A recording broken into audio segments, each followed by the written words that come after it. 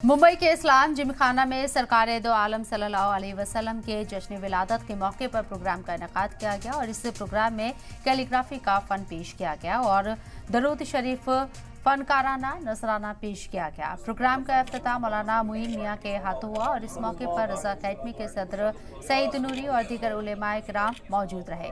Programme में शामिल लोगों ने फनपारों की खूब सताइश की।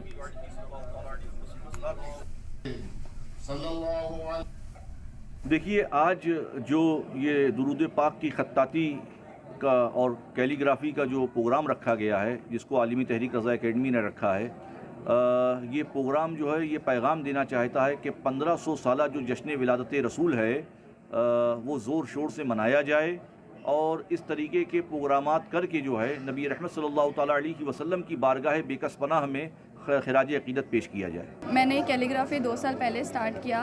मैंने तरीके से उसे कलम से सीखा।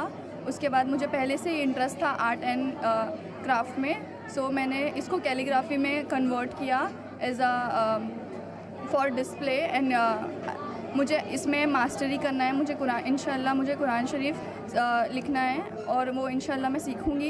यहाँ पर जो ये दरूद पाक वगैरह का ये सब ने खत्ताती की है, आयतें लिख के लगाए हैं, वो सब हमारे जो उस्ताद आज़म है काती महमूद सर, उनकी वजह से हमने उनके पास खत्ताती की है। अल्हम्दुलिल्लाह से बहुत मेहनत से उन्होंने हमें सिखाया है और उनकी वजह से हम जो आज है यहाँ पर हमारे सब ख़त लिखे हुए हैं, जैसा कि आप देख सकते हैं।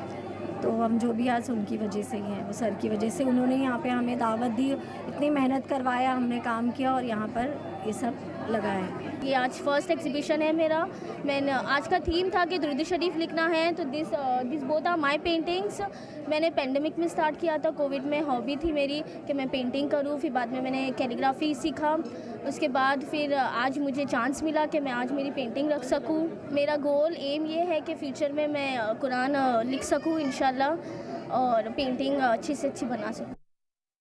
जश्न ईद मिलादुन नबी का सालाना उरूज़ जो है वो जल्द आने वाला है।